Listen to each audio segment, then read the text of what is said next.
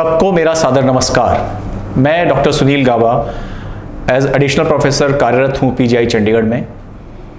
गत वर्ष हमने इंस्पेक्टर का रीइम्प्लांट किया जो एक काफ़ी सक्सेसफुल रहा और उससे पूरे हिंदुस्तान में काफ़ी उत्सुकता बढ़ी इस प्रोसीजर के बारे में।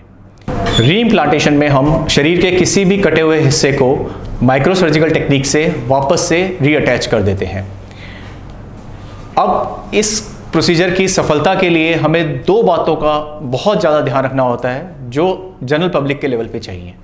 एक तो उस कटे हुए हाथ को ठीक से, कटे हुए हाथ या कटे हुए अंग को ठीक से प्रिजर्व करके तुरंत अस्पताल लिया जाया जाए, और दूसरा होता है कितने समय में हम उस प्रोसीजर को शुरू कर पा रहे हैं कि कम से कम समय में हम उस पार्ट को प्रिजर्व करके अस्पताल ले जाएं।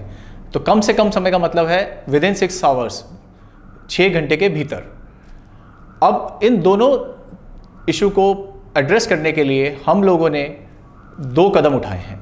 एक तो हमने एक हेल्पलाइन जनरेट करी है। उस हेल्पलाइन नंबर पर फ़ोन कर आप जानकारी दे सकते हैं कि इस तरह की कोई दुर्घटना हुई है, तो हम आपको उसके बारे में निर्देश दे सकते हैं कि आप आपके आसपास के किस हॉस्पिटल में जा सकते हैं, या हमारे पास आएँ तो उसको कैसे प्रिजर्व करके ला सकते हैं। तो इससे क्या होगा कि जो टाइम है वो कम हो जाएगा आपका सही जगह पे पहुंचने का, और हमारी जो सक्सेस है वो काफ़ी बेहतर हो जाएगी।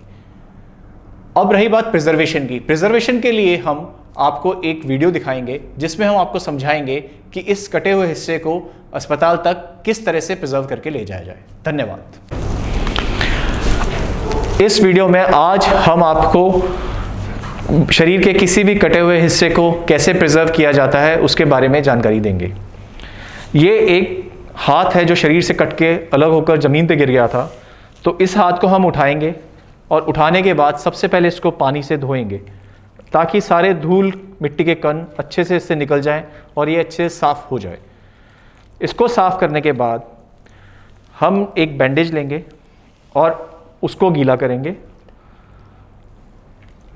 उसको गीला करने के बाद हम इसको हाथ के ऊपर लपेटेंगे।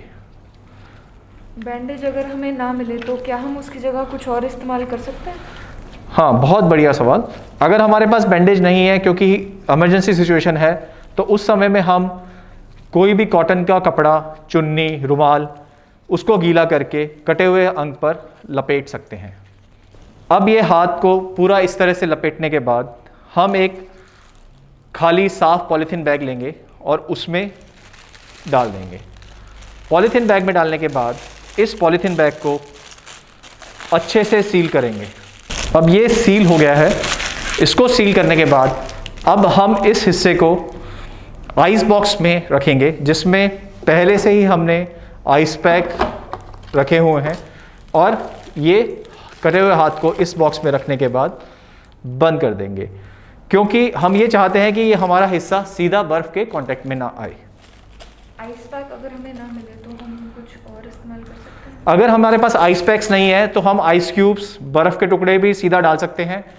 ठंडा पानी भी कर सकते हैं, पर वो ज़्यादा बेहतर है कि हम आइस क्यूब्स या बर्फ़ भी रखें और ये थैली डायरेक्टली उस बर्फ़ के ऊपर रख दें ताकि ये हाथ सीधा बर्फ़ के कांटेक्ट में ना आए। ये हमें बहुत ज़रूरी ध्यान रखना है। ये हो गया। अब हम इसे तुरंत प्रभाव से अस्पताल ले जाएं।